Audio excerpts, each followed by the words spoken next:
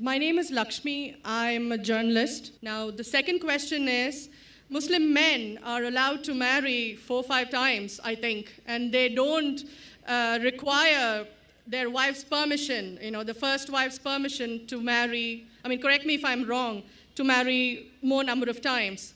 So I actually don't see any logic in this because I believe it's one man, one woman. That's the institution of marriage. So please clarify. Thank you. Now coming to your second question. In Islam, men marry 4 times, 5 times, and they don't ask permission from the first 5. Why? As far as polygyny is concerned, a man having more than one wife, Islam is the only religion, and Quran is the only religious scripture on the face of the earth which says marry only one.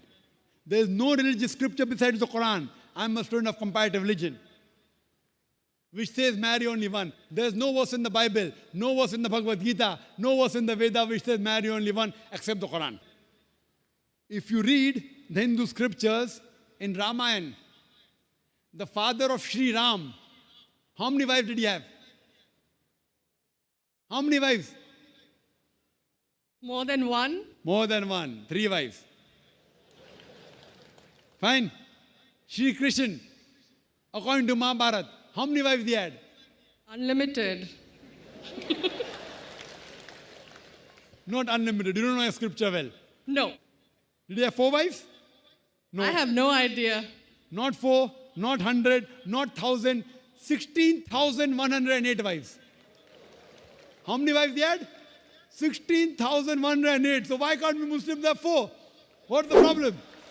When Shri Krishna can have 16,108 wives, why can't we have 4? Further, if you read the Vishnu Purana, chapter number 24, verse number 1, it says a Brahmin can have up to 4 wives. If you read the Jewish scriptures, it gives you permission to have as many wives as you wish. If you read the Christian Bible, it gives you permission to have as many wives as you wish. If you read the Bible, Abraham had 3 wives. Solomon, how many wives he had? He had 700 wives. It is later on, the church has put a ban that Christians should marry only one, not the Bible. It is the Jewish community married more than one wife. It was in 1950 that chief rabbi passed a synod that Jews should marry only one. So it is the rabbi, not the Jewish scriptures.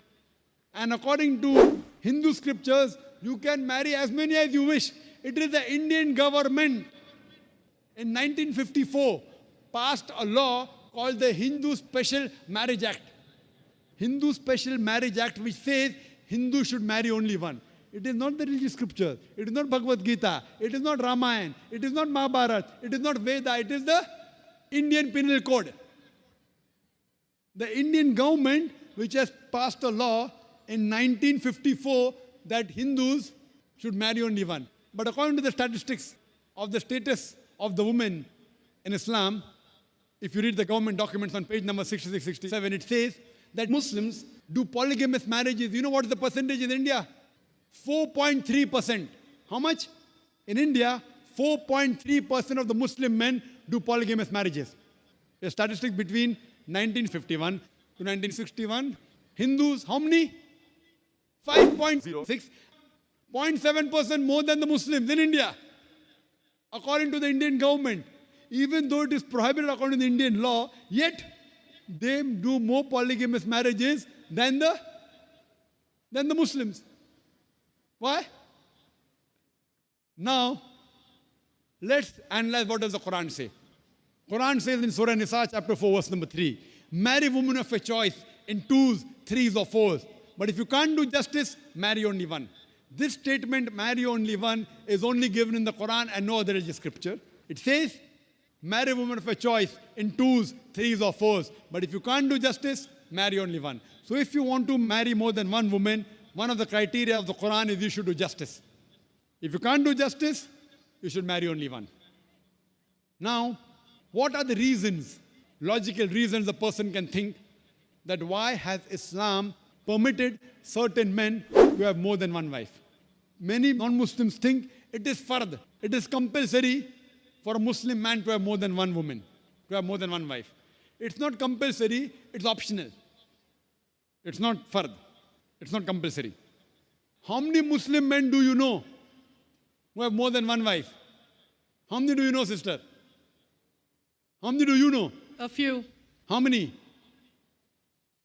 A few again. Few means 1, 2, 3. How many? Yeah, at least about 3. About 3. Have you heard of Dharminder? Yeah. How many wives he has? 2. Muslim or non-Muslim? Non-Muslim. Non-Muslim. Your previous chief minister, what's the name? Jayalalitha. Yes. Hindu or Muslim?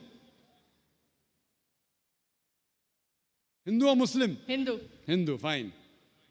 Now these are famous personalities. Fine. How many famous personalities you know in India who have got more than one wife? The 3 you know may be locality, fine? Yeah. Local, maybe friend in your neighborhood, maybe your colleague. In India, there are more non-Muslims having more than one wife than the Muslims. Now let us understand what are the logical reasons. Come back to logic now. Now, by nature, if you ask any medical doctor, he will tell you, male and female are born in equal proportion. Girls and boys are born in equal proportion. But any medical doctor, any pediatrician, any children doctor will tell you that the female sex, the female child is stronger than the male child. That's the reason there are more deaths in the male children as compared to female children. So in children's age itself, the female children are much more than the male children. As life goes on, there are people dying due to accidents, due to alcoholism, due to war. There are more males dying as compared to females. Today, if you analyze in the world, there are more females in the world as compared to males.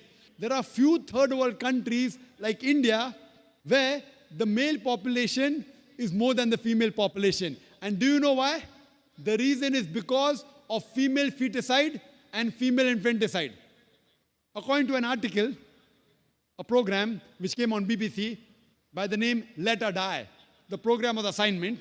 There was a British reporter by the name of Emily Buchanan. She comes to India and she says that every year in India, more than 1 million fetuses are being aborted after they identified that they are females. She says more than 3,000 every day.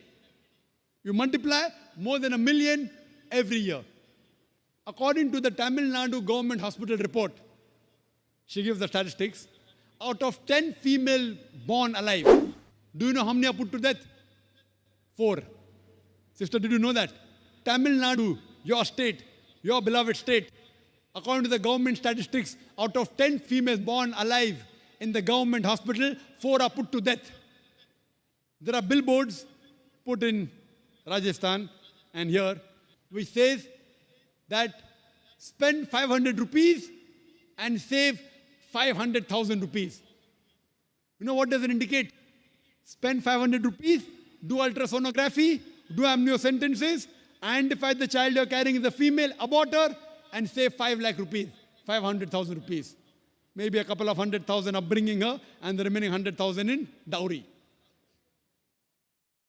If you stop this evil practice in India, our beloved country, stop the female infanticide, stop the female feticide. Even in India, the population of female will be more than the male population. If you see the rest of the world, if you see New York alone, there are 1 million females more than males. In USA alone, there are 7.8 million females more than males. In UK alone, there are 4 million females more than males. In Germany alone, there are 5 million females more than males. In Russia alone, there are 9 million females more than males. And God alone knows how many millions of females are more than males throughout the world. Suppose I agree with your philosophy, sister, you said, 1 man, 1 woman. If I agree with you, sister, with your philosophy, 1 man, 1 woman. And suppose my sister happens to be in America, or your sister happens to live in America. And suppose the market is saturated. 1 man, 1 woman, saturated. Yet there will be 7.8 million females who will not find life partners. 1 man, 1 woman. Now the option for these 7.8 million females is either marry a man who already has a wife or become public property? You say, Dr. Zakir Naik, public property, such a harsh word. Sister, it is the most sophisticated word I can use. I cannot use a more sophisticated word than public property. According to the studies of America, do you know, on an average, a man, before he settles down with a wife, he has 8 different sexual partners. Do you know that? On average, 8. Some may have 1, some may have 10, some may have 20. 8 sexual partners before he settles down with one. So the only option remaining, so if my sister happens to live in America, or if your sister happens to live in America, and the option is given to her, and suppose the market is saturated, every man has found a woman for himself.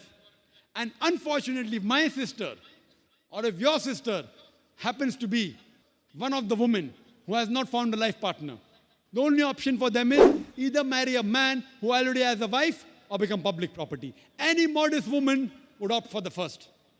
Sister, what would you opt for your sister? Marrying a man who already has a wife or become public property? My sister's too young to be married. So When she grows up and if she happens to go to America, or if you happen to be in America, third choice. what would you prefer for her? You're the elder sister. Would you prefer her becoming public property or marry a man who already has a wife and get equal rights? In Islam, if you have a second wife, you give equal rights. In America, the public property has got no rights. She's degraded. She's dishonored. In Islam, she has an equal right. She gets honor. What would you prefer for younger sister when she grows up? Sometimes it's difficult to speak the truth, sister, correct? Especially in front of such a large audience. Anyway, I've got your answer, sister. Thank you. And your silence speaks for that. So that's the reason in Islam, sister, men have been allowed to marry more than one wife is to protect the woman, not to degrade her. Regarding a question, is it compulsory that the husband should take the permission of the wife? It's not compulsory because if she wants to protect, if that man wants to protect another woman, a normal woman, I agree with you, sister, no woman under normal circumstances would like to share the husband. You have to agree. This is human nature. But if the woman is a good Muslimah, is a good Muslim woman, what she says, let a small loss take place to prevent a big loss. She will say, I know sharing my husband is a loss for me, but I would prefer letting a small loss take place for me to prevent my sister becoming public property. She's a good human being. So she would surely give permission to the husband to marry a second woman, if she's a good Muslim woman. But taking permission is not fard, it is preferable. But at least informing is a requirement so that he does justice between the two wives. Hope that answers the question, sister. Thank you.